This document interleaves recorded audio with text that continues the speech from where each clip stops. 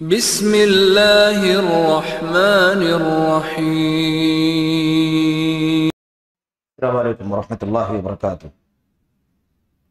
ان الحمد للہ نحمده ونستعینه ونستغفره ونعوذ باللہ من شرور انفسنا وسیئات اعمالنا من يهده الله فلا مضل له ومن يضلل فلا هادي له واشهد ان لا اله الا الله وحده لا شريك له واشهد ان محمدا عبده ورسوله اما بعد فان خير الحديث كتاب الله وخير الهدي هدي محمد صلى الله عليه وسلم وشر الأمور محدثاتها وكل محدثات بدعة وكل بدعة ضلالة وكل ضلالة في النار۔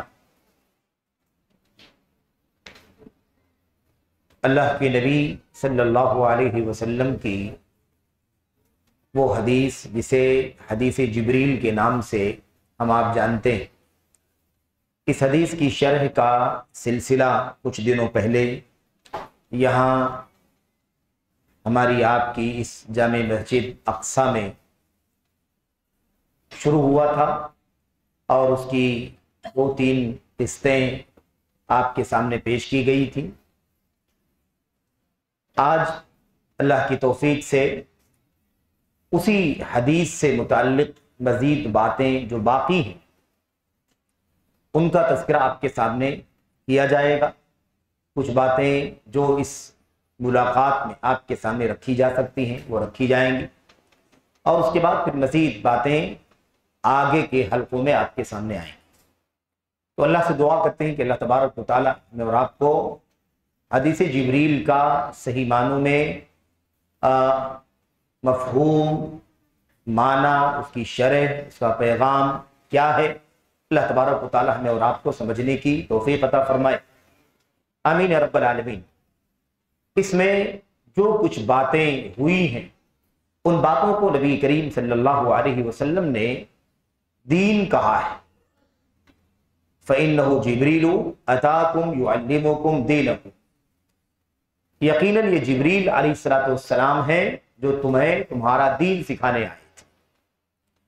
تو اللہ کے نبی علیہ السلام نے ایک حدیث میں جتنی باتیں بیان کی گئی ہیں، آئی ہیں، وہ سب کو دین کہا ہے۔ تو آپ سمجھ سکتے ہیں کہ پورے دین کی اگر شرح کرنا ہو تو کتنا وقت جائے۔ پورے دین کی شرح کرنا ہی حقیقت میں جامع انداز میں اللہ کے نبی صلی اللہ علیہ وسلم کی اس حدیث میں، جسے حدیث جبریل کے نام سے جانا جاتا ہے، اس کا خلاصہ، اس کا نچوڑ بیان کر دیا گیا ہے۔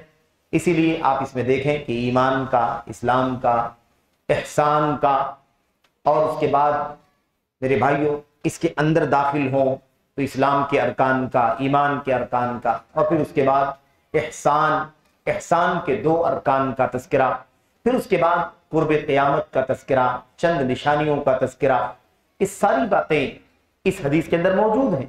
تو جس حدیث کے اندر اسلام بیان کیا گیا، ایمان بیان کیا گیا، احسان بیان کیا گیا، اس کے سارے ارکان بیان کیے گئے، اور پھر اس کے بعد آخرت، قیامت، بعث بعد الموت، اس کی نشانیوں کا تذکرہ کر دیا گیا، تو پھر باقی کیا بچا؟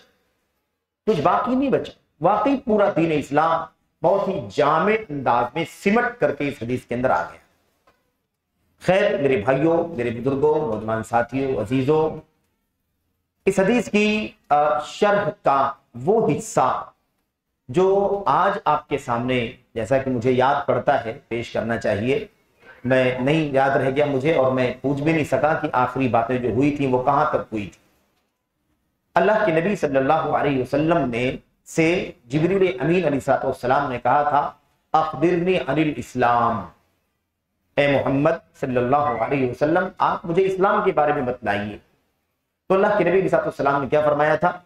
آپ نے فرمایا تھا ان تشہد ان لا الہ الا اللہ وانی رسول اللہ وتقیم الصلاۃ وتؤتی الزکاۃ، اور کیا فرمایا تھا؟ وتصوم رمضان وتحج البیت ان استطعت الیہ سبیلا۔ آپ نے 5 ارکان کا، ظاہری ارکان کا نام لے لیا۔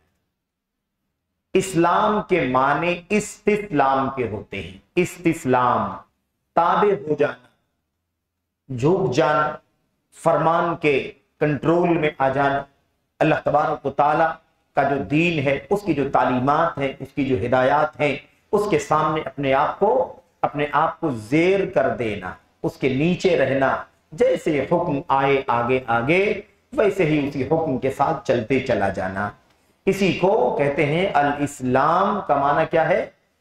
الاستسلام، استسلام سر تسلیم خم کر دینا، جس کو ہم کہتے ہیں اردو زبان میں عام طور پر بولا جاتا ہے اسے۔ تو خلاصہ کلام اسلام کا یہی ہے۔ اب اس کے اندر 5 ارکان کا نام لیا گیا ہے۔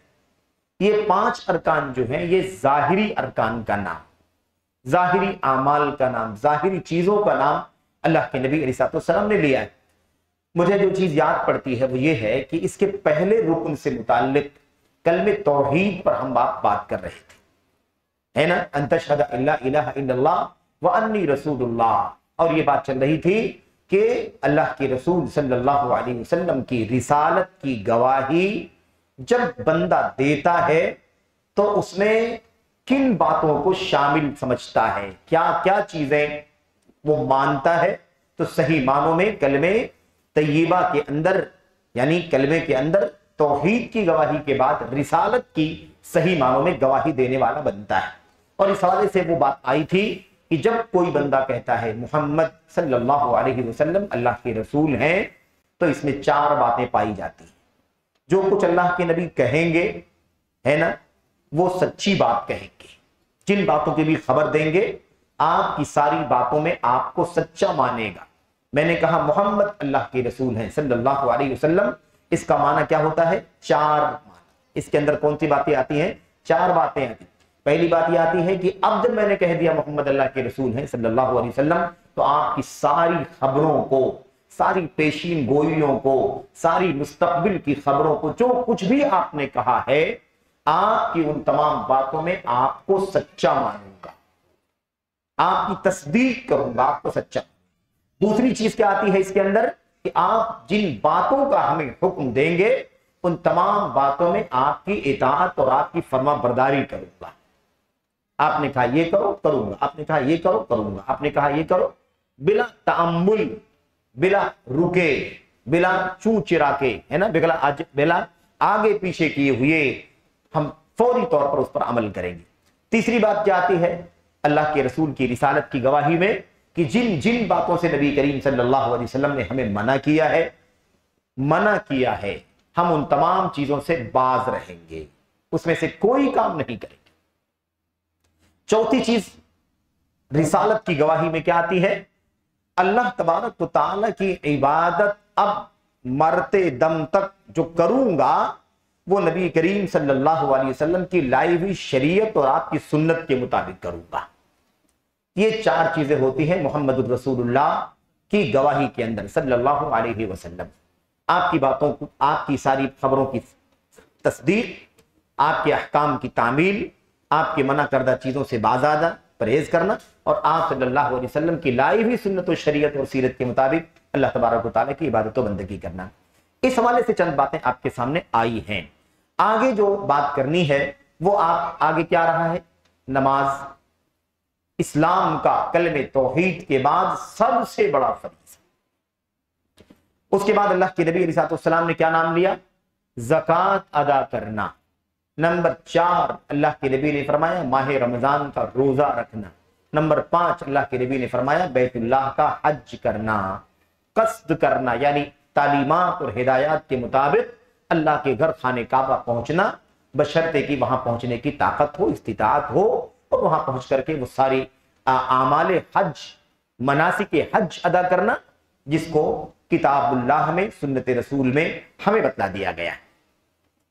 تو اب دیکھیے نماز کا مسئلہ بڑا ہی عظیم الشان مسئلہ ہے میرے بھائیوں۔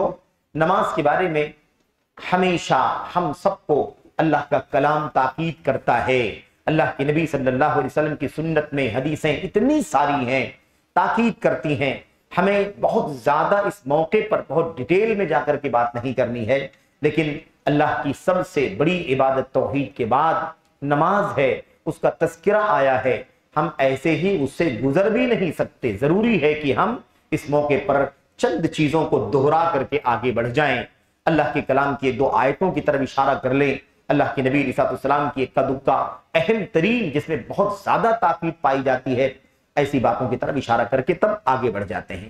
نماز کا مسئلہ آپ دیکھیے کہ اللہ کے نبی اللہ تبارک و تعالیٰ قرآن کریم میں نماز کے بارے میں 2-3 باتوں پر غور کریں، بس زیادہ نہیں. ایسے تو اللہ کے کلام میں بے شمار دلائل ہیں، لیکن 2-3 پہلوؤں پر غور کریں کہ نماز ہماری اور آپ کی زندگی میں کیسی ہونی چاہیے. سب سے پہلی بات یہ ہے کہ اللہ کے نبی نے کیا فرمایا؟ تقیم الصلاۃ، نماز قائم کریں. کیا ہے؟ نماز قائم کرو. تو نماز قائم کرو اور نماز پڑھو، ان دونوں میں ایک بہت نمایاں فرق ہے. پڑھنے کا مطلب یہ ہوتا ہے کہ اگر آدمی پڑھ رہا ہے، کبھی چھوٹ بھی جائے، کبھی غفلت بھی کر لے، کبھی سستی بھی کر جائے، ہے نا، کبھی کچھ دیر سویر کر کے پڑھ لے، تب بھی اس کو اس کے بارے میں کوئی پوچھے گا کہ نماز پڑھتا ہے کہ نہیں پڑھتا ہے، تو ہم کیا کہیں گے؟ نماز پڑھتا ہے، نماز پڑھتا ہے. تو پڑھنا تو یہ ہے، لیکن قائم کرنے کے اندر یہ معنی پایا جاتا ہے کہ اسلام کے نام لیوا مسلمان، اسلامی سماج اور سوسائٹی میں رہنے والے اسلام کے نام لیوا نماز کی پابندی ایسے کریں کہ نماز ایک مینار کی طرح سے اسلامی سماج کے اندر دکھائی دے. سمجھ رہے ہیں؟ نماز ایک مینار کی طرح دکھائی دے، یعنی نماز ایک شعار کی طرح سے دکھائی دے. سب کے سب پورے اہتمام کے ساتھ نماز کی پابندی کر رہے ہیں. کبھی بشری تقاضے کے مطابق اگر تاخیر ہو گئی تو ہو گئی، کبھی چھوٹ گئی تو چھوٹ گئی، کبھی کوئی غفلت ہو گئی تو ہو گئی، ورنہ اہتمام ایسا اہتمام نماز کا جیسے آپ کوئی مینار قائم کریں، جیسے آپ کوئی شعار قائم کریں، جیسے کوئی آپ جھنڈا اٹھائیں کہ سارا زمانہ دیکھے کہ جھنڈا فلاں کا ہے، فلاں آبادی میں پایا جاتا ہے. ایسے اسلام ایک شعار کے طور پر قائم ہو جائے اسلامی سوسائٹی کے. کوئی ایسا نہ ملے جو نماز کا اہتمام کرنے والا نہ ہو. اس طرح سے اگر ہم نماز کی پابندی کریں گے تب اسے کہا جائے گا نماز قائم کرنا. اب جیسے تیسے پڑھا ہے نا، اگر مفاد یا ہماری آپ کی زندگی کی مصلحتیں، ضروریات اگر آگے آ گئی تو ہم نے اس کو کر لیا، نماز کو ڈیلے کر دیا.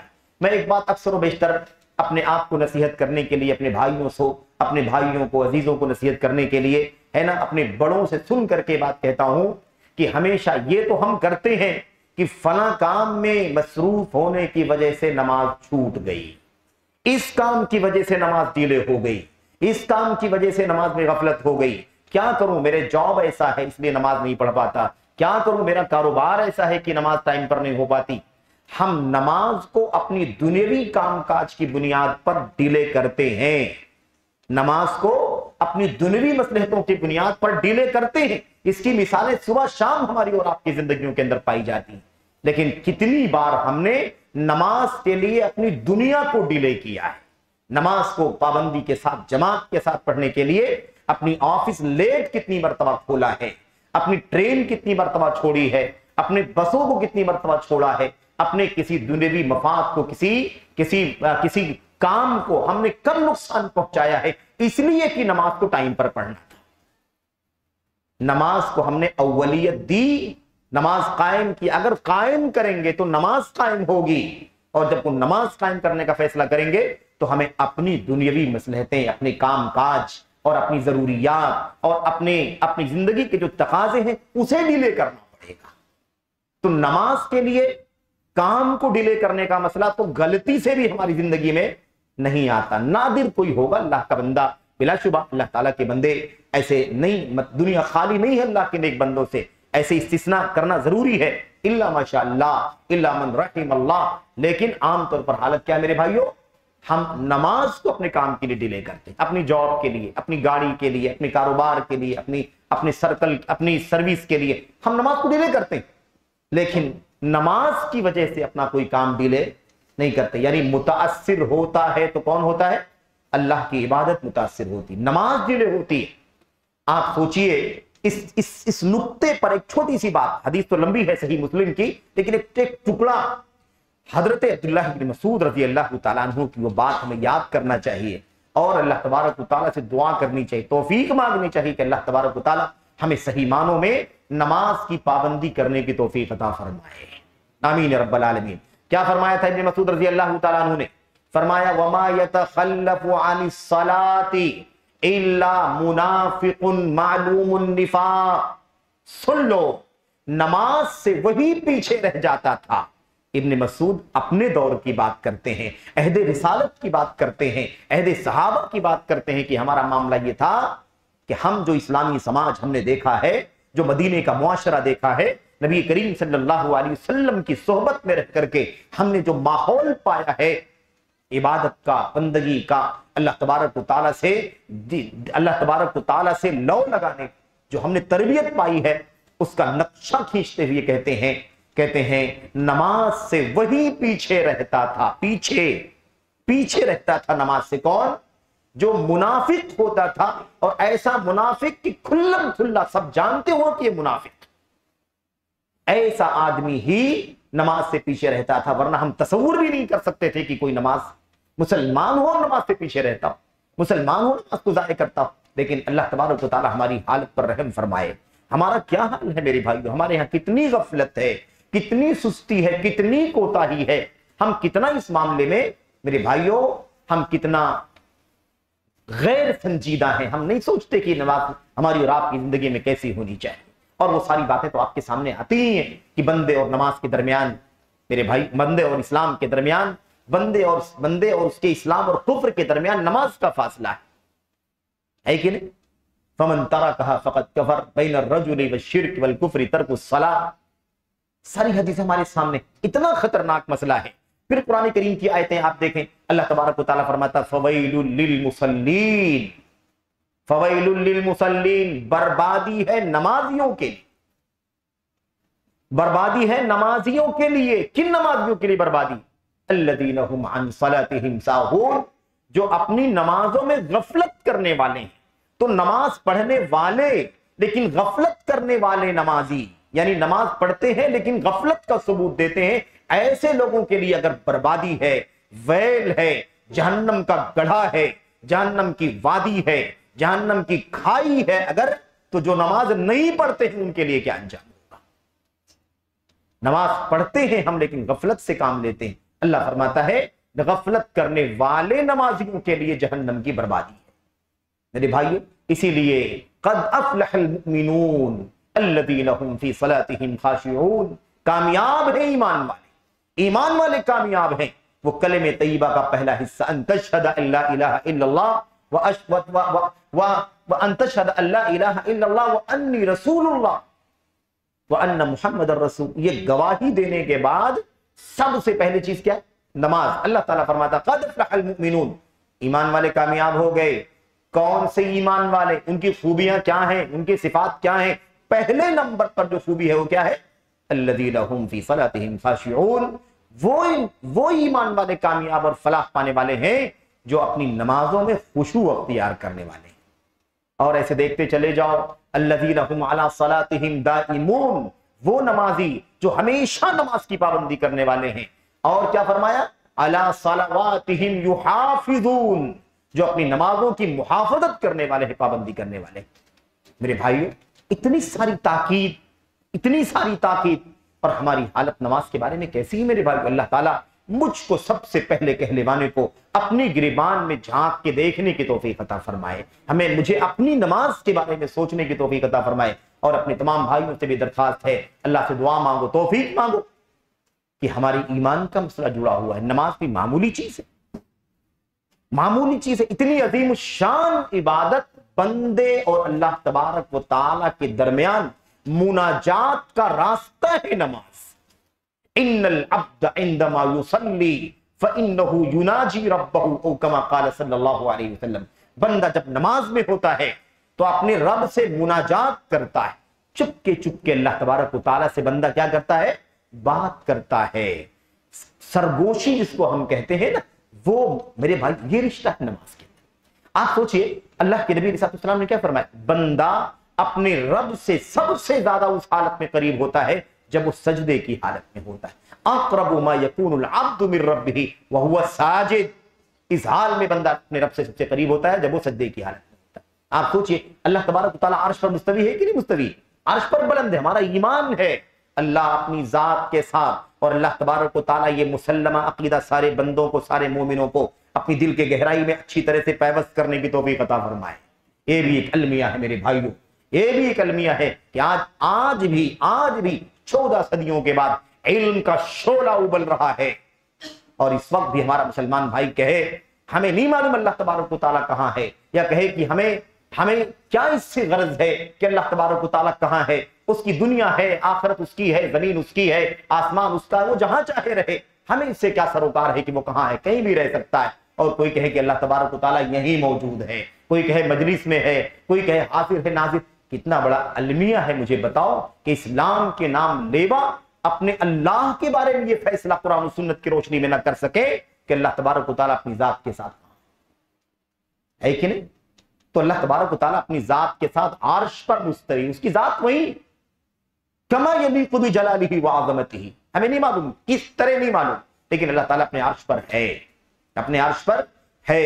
نہ کوئی تمثیل، نہ کوئی مثال بتائیں گے ایسے ویسے فلاں کی طرح، نہ کوئی کیفیت اس طرح، اور نہ اس کا انکار کریں گے، نہ اللہ تبارک و تعالیٰ کو یہاں وہاں اس کی ذات کو بلائیں، نہیں، اللہ تبارک و تعالیٰ اپنی ذات کے ساتھ اپنے عرش پر ہے، الرحمن علی العرش استوى۔ لیکن اللہ تبارک و تعالیٰ اپنی ربوبیت کی صفات کے ساتھ موجود ہے، اس کا علم ہر جگہ، اس کی خبر ہر جگہ، اس کی اطلاع ہر جگہ، اس کی سماعت ہر جگہ، اس کی بصارت ہر جگہ، اس کی ربوبیت کی جو خوبیاں ہیں اس کے ساتھ وہ ہر چیز سے واقف ہے۔ سمندر کی تہوں میں کہاں کون سا کیڑا کس حالت میں ہے، اللہ تبارک و تعالیٰ اسے اپنے عرش پر ہوتے ہوئے دیکھ رہا ہے، اس کی آواز کو سن رہا ہے۔ پتھر کی چٹان جس میں سے کہیں سے کوئی راستہ نہیں ہوتا، کوئی راستہ نہیں ہوتا، پتھر کو جب توڑا جاتا ہے تو اس کے اندر جب وہ پتھر کی سلیں کھلتی ہیں تو اس میں کیڑے مکوڑے دکھائی دیتے ہیں، ان کو جانتا ہے اللہ تبارک و تعالیٰ، ان کو غذا پہنچاتا ہے اللہ تبارک و تعالیٰ، اس کو ہوا پہنچاتا ہے اللہ تبارک و تعالیٰ۔ اس باریک، ایک دم باریک ٹکڑے کے اندر، ریشے کے اندر، ان ذرات کے اندر کہاں اس کی آنکھیں ہیں اللہ جانتا ہے، کہاں اس کے کان ہے اللہ جانتا ہے، کہاں اس کا دل اللہ جانتا ہے، کہاں اس کا دماغ ہے اللہ تبارک و تعالیٰ جانتا ہے۔ کیوں؟ اس لیے کہ وہ کیڑا اگر یہاں دکھائی دے، اگر ہم یوں اگر ہم کھٹکھٹائیں مثال کے طور پر، تو وہ کیڑا محسوس کرتا ہے کہ مجھے میرا کوئی پیچھا کر رہا ہے، وہ آواز کے مخالف سمت میں بھاگتا ہے۔ یہ سب کچھ اللہ تبارک و تعالیٰ جانتا ہے اور اسی نے دیا ہے اللہ تبارک و تعالیٰ نے۔ یہ ہمارا ایمان و عقیدہ ہونا چاہیے۔ اب یہاں پر یہ بات سمجھیں کہ اللہ تبارک و تعالیٰ عرش پر ہے، اور اللہ کے نبی فرماتے ہیں بندہ اپنے رب سے سب سے زیادہ قریب اس وقت ہوتا ہے جب وہ کہاں ہوتا ہے؟ جب وہ سجدے کی حالت میں ہوتا ہے۔ اللہ عرش پر ہے، سب سے اونچائی پر، اور ہم اللہ کی زمین پر ہیں۔ اس زمین پر جب کھڑے ہوتے ہیں تو ہمارا جسم یہاں تک ہوتا ہے، رکوع میں جاتے ہیں تو ہمارا جسم یہاں تک ہوتا ہے، سجدے میں جاتے ہیں تو ہمارا جسم اور نیچے ہوتا ہے۔ نبی فرماتے ہیں کہ سب سے قریب بندہ سجدے کی حالت میں اپنے رب سے ہوتا ہے۔ کیسے ہوتا ہے؟ کیسے؟ مناجات کرتا ہے اپنے رب سے، اپنے رب سے مناجات کرتا ہے۔ جب اللہ تعالیٰ کے سامنے سر ٹیک دیتا ہے، سجدے میں چلا جاتا ہے، تو بندہ اپنے رب سے مناجات کرنے کا، میرے بھائیو، وہ موقع پا لیتا ہے۔ اسی لیے اللہ کے نبی نے فرمایا کہ کثرت سے سجدے کیا کرو، یعنی کثرت سے نمازیں پڑھا کرو۔ فرائض تو پڑھنا ہی ہے، نوافل کا، سنن کا، مستحبات کا بھی اہتمام ہونا چاہیے۔ تو خیر میرے بھائی، بات یہ ہے کہ نماز اللہ تبارک و تعالیٰ سے مناجات کا ذریعہ ہے، اللہ تبارک و تعالیٰ سرگوشی کرنے کا ذریعہ ہے۔ اس لیے ہمیں چاہیے کہ ہم کیا کریں؟ ہم نماز کی پابندی کریں۔ میرے بھائیوں، اس حوالے سے بہت سستی ہے، بہت کاہلی ہے، بہت زیادہ غفلت ہے۔ اللہ تبارک و تعالیٰ نے ہماری حالت کیسی بنا رکھی ہے، ہمارے جو حالات ہیں، ہماری جو صورتحال ہے، ان تمام کے پیچھے کون سی چیزیں ہیں؟ یقیناً ہمارے عقائد کا فساد ہے اگر، اور یقیناً ہمارے منہج اور سنت کے راستے کا فساد ہے اگر، تو اس کے بعد اگر کوئی فساد ہے تو اللہ تعالیٰ کے فرائض میں کوتاہی کرنے کا فساد ہے۔ اور اس میں سب سے پہلے فہرست میں کون سی چیز ہے؟ اللہ تبارک و تعالیٰ کے لیے صلاۃ کی ادائیگی۔ مرتے دم تک نبی کریم صلی اللہ علیہ وسلم نے، حضرت انس بن مالک فرماتے ہیں رضی اللہ تعالیٰ عنہ، کہتے ہیں نبی کریم صلی اللہ علیہ وسلم کے جسم میں جب تک جان تھی، جب تک آپ کو ہوش تھا، آپ کے حواس کام کر رہے تھے، تب تک آپ دو ہی بات کر رہے تھے، کیا؟ الصلاۃ الصلاۃ وما ملکت ایمانکم۔ اے لوگوں، نماز کی پابندی، نماز کو لازم پکڑنا، نہیں چھوڑنا، یہ کام نہ چھوٹنے پائے، غفلت نہ ہونی پائے۔ اللہ کے حق میں ایمان کے بعد سب سے اہم کام نماز، اور اس کے بعد وما ملکت ایمانکم، اور اپنے غلاموں، اپنی بادیوں، اپنی لوڈیوں کا خیال کرنا۔ فإنہن عوان، کیا فرمایا نبی کریم صلی اللہ علیہ وسلم نے؟ یہ کون ہوتے ہیں؟ یہ سب غلام ہیں، یہ تمہارے ماتحت ہیں، اس لیے اللہ واسطے ان کے ساتھ کوئی زیادتی نہیں ہونی چاہیے۔ یہ غلامی نوکری کی بات نہیں چل رہی ہے، جاب کی بات، ملازمت کی بات نہیں چل رہی، وہ غلامی کی بات چل رہی ہے جو بندے یعنی غلام ہوا کرتے تھے، ہے نا؟ عبد او امتن، اللہم انی عبدک وابن عبدک وابن امتک، اے اللہ میں تیرا بندہ ہوں، تیرے بندے کا بیٹا ہوں، تیری بندی کا، تیری باندی کا بیٹا ہوں۔ یہ باندی اور غلام کی بات کر رہا ہوں۔ اللہ کے نبی نے فرمایا یاد رکھنا اس میں کوئی زیادتی نہ ہونے پائے، نا انصافی نہ ہونے پائے۔ خلاصہ کلام یہ ہے میرے بھائیوں، بات تو نماز کی ہے، کیا کہنا، کون سی ایسی قرآن کریم کے کون سی ایسی صورت ہے جس میں نماز کا تذکرہ نہ ہو میرے بھائیوں؟ اللہ کے نبی علیہ السلام کی حدیثیں دیکھو، کتابیں حدیث کی بے شمار حدیثیں، نماز کی فضائل، نماز کی تلقین، تاکید، حکم، اور نہ پڑھنے پر وعیدیں، دھمکیاں۔ اب بتائیے ابن مسعود رضی اللہ تعالیٰ عنہ کیا کہتے ہیں؟ ہم کسی کو منافق سمجھتے ہی نہیں تھے سوائے اس کے جو نماز کے پیچھے رہ جاتا۔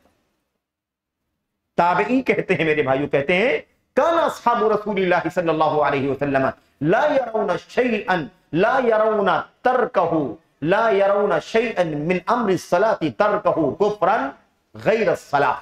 کہتے ہیں اسلام کی کسی چیز کو چھوڑ دینا ہمارے علماء یعنی ہمارے اللہ کے نبی علیہ السلام کے صحابہ کرام کسی چیز کو چھوڑ دینا کفر نہیں سمجھتے تھے سوائے نماز کی۔ اتنا خطرناک مسئلہ ہے۔ تو خلاصہ کلام یہ ہے، زیادہ تفصیل میں نہ جاتے ہوئے، نماز کا مسئلہ بڑا ہی اہم ہے میرے بھائیوں۔ تو دوسری بات اللہ کے نبی نے کیا فرمائی؟ آپ نے فرمایا وَأَن تُقِيمَ الصَّلَاةَ، اس کے بعد وَتُؤْتِيَ الزَّكَاةَ، زکات دو۔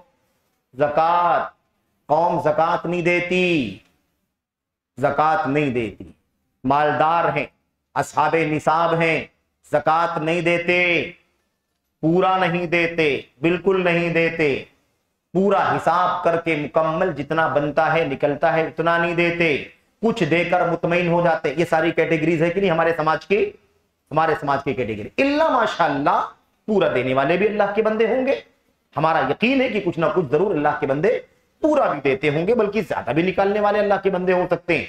لیکن عام طور پر سماج کا حال کیا ہے میرے بھائیوں؟ وہی مسئلہ ہے زکات نہ دینے کا۔ یہ مادے کی ہوس ہے، مال کی لالچ ہے، اور یہ امت کا سب سے خطرناک فتنہ ہے۔ نبی کریم صلی اللہ علیہ وسلم نے زکات کا تذکرہ فرما دیا۔ نماز کا قرین ہے، نماز کا جگری دوست ہے کون؟ زکات۔ نماز کا کون ہے؟ قرین، جگری دوست، ایک دم ملا ہوا ساتھی۔ اس لیے کہ آیتیں کھول کر کے پڑھو تو اقیموا الصلاۃ وآتوا الزکاۃ، اقیموا الصلاۃ وآتوا الزکاۃ، نماز پڑھو، قائم کرو اور زکات ادا کرو۔ تو قرین الصلاح ہے کہ نہیں؟ اور علماء نے تو تفصیل لکھی ہے کتنی آیتوں میں، کہاں کہاں اس کا تذکرہ آیا، کیسے کیسے۔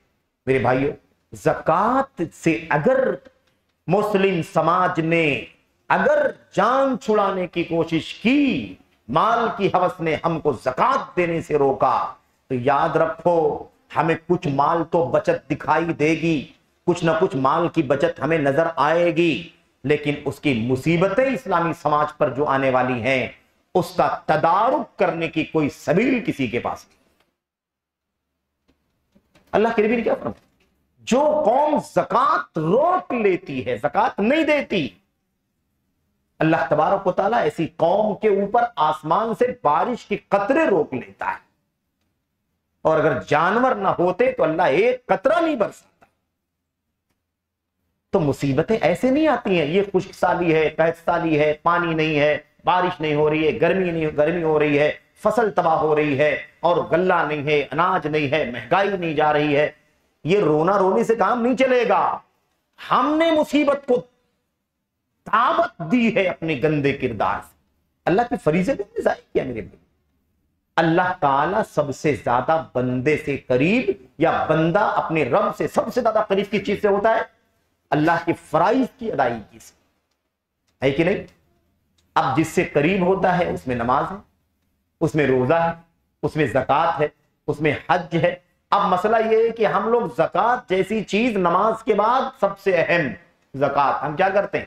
اس کو ضائع کر رہے ہیں، پامال کر رہے ہیں۔ تو آپ بتائیے سب سے قریب ہونے کا ذریعہ فرائض ہے، اور فرائض میں ہم کوتاہی کر رہے ہیں، تو سب سے پہلا کام اللہ سے دوری کا کام کیا کہ نہیں کیا؟ ایک بات تو ہوگی اللہ سے قریب ہونے کا نہیں، بلکہ اللہ سے دوری کا، دھتکارے جانے کا کام کیا۔ پھر دوسری چیز یہ ہے کہ جب اللہ سے دور ہو گئے تو پھر بتاؤ اللہ کا عذاب آئے گا، اللہ کی پکڑ آئے گی، اللہ کی رحمت برسے گی۔ اس لیے جو لوگ زکات روک لیتے ہیں اللہ تبارک و تعالیٰ پانی کے قطرے سے محروم کر دیتا ہے۔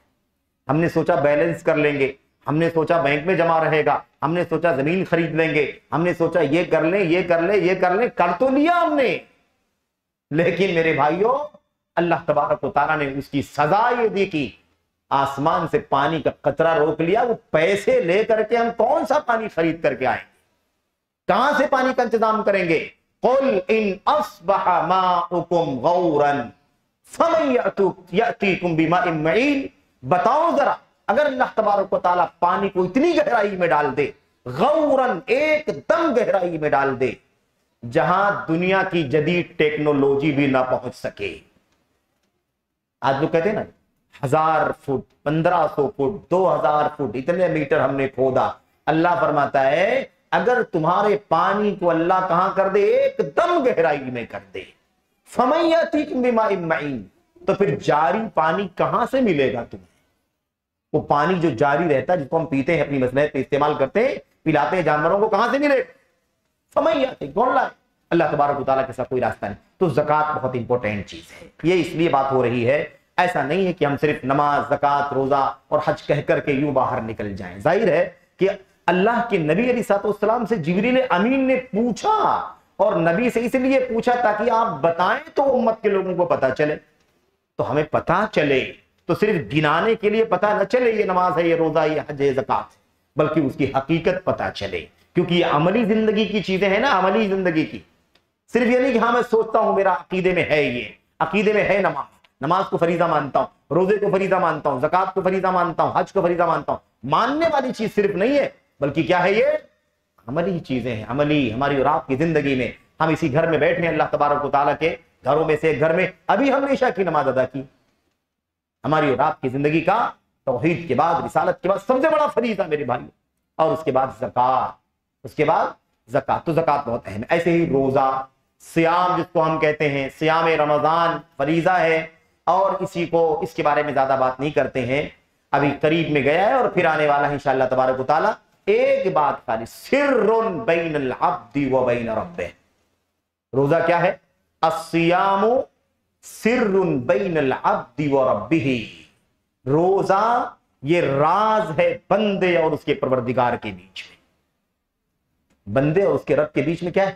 راز، بھید ہے، ایک بھید ہے۔ کیسے بھید ہے میرے بھائیو؟